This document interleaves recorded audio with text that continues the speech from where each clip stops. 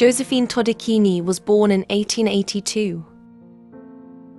She is the child of Marie and Felipe Todicchini.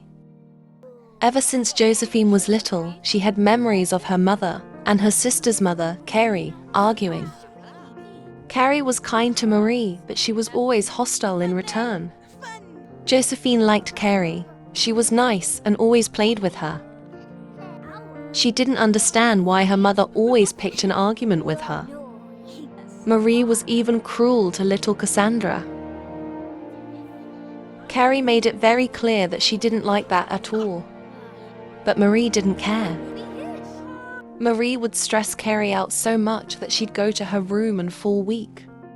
Felipe would find her in such a state of distress she couldn't speak. But the arguments never stopped, until one day Carrie collapsed. Carrie was diagnosed with an illness that would keep her bedridden for many years. Felipe started drinking to cope with it. Josephine felt bad for her sister. She'd play with her to keep her from worrying about her mother. She didn't care that they had different mothers. They were sisters, and that was all that mattered. But that didn't matter to Marie. She would scold Josephine for playing with the bastard and forbid her from doing so. In 1891, Carrie passed away. Her death sent Felipe down a spiral. He was never home anymore. It was hard for Josephine to see her sister so sad.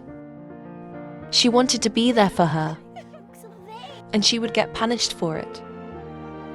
Her mother would have her sit in her room for hours with nothing to do and no one to talk to. On school days, Josephine would spend time with her friend Eli. He was a good friend to her. When they were older, they had become something more. They were young and having fun. They dated for several years, but eventually Josephine was ready to move on. She ended things so they could meet other people. Later, she started dating a man named Jackson. It wasn't long before the two were engaged. They had a small wedding in the backyard of her family home. Despite her mother's wishes, she invited Cassandra. They were married in 1902. Cassandra was happy for her and grateful to be invited. She told her that she was also getting married and wanted her to attend the wedding. Josephine was honored and promised to support her. After the wedding, Josephine moved in with her husband in their new home. They enjoyed the married life. They soon found out they were expecting. A month had passed and there was no word about her sister's wedding. Josephine went out to see her.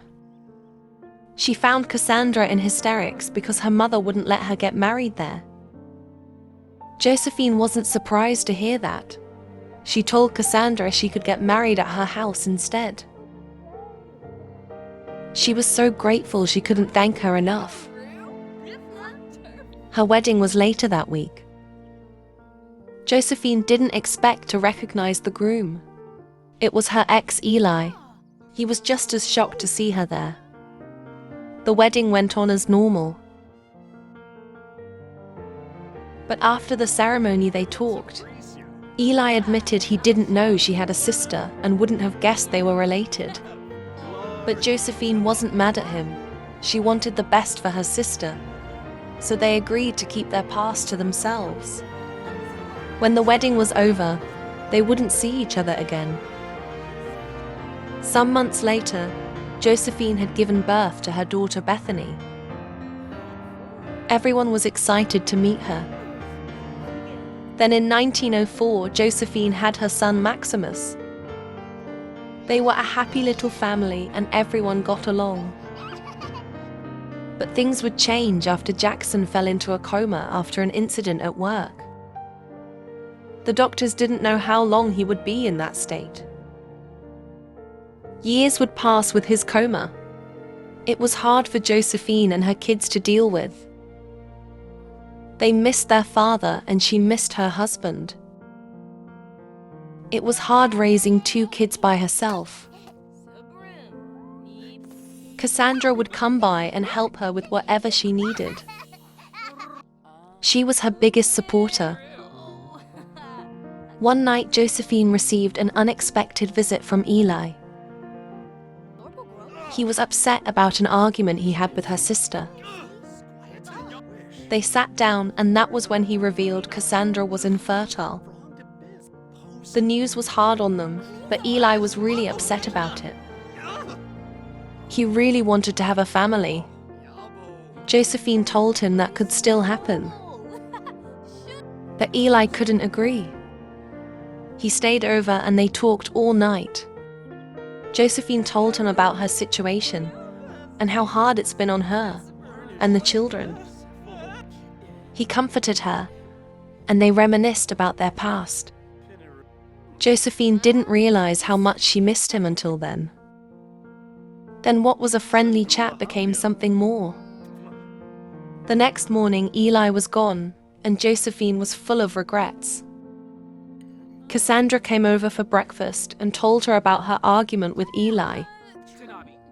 Josephine wanted to tell her the truth but couldn't. She didn't want to see her heart broken. Later that night, Eli returned. Josephine wanted nothing to do with him. He professed his love for her and said a lot of things she hadn't heard in a long time. As charming as he was, she couldn't go through with it again. She told him to leave and never come back. So he did. But he left something behind. Just weeks later, she found out she was pregnant.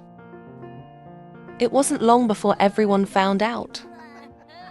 It was clear that she had an affair, but no one knew who with. No one except Eli. In 1910, Josephine had given birth to a little girl. She named her Calliope.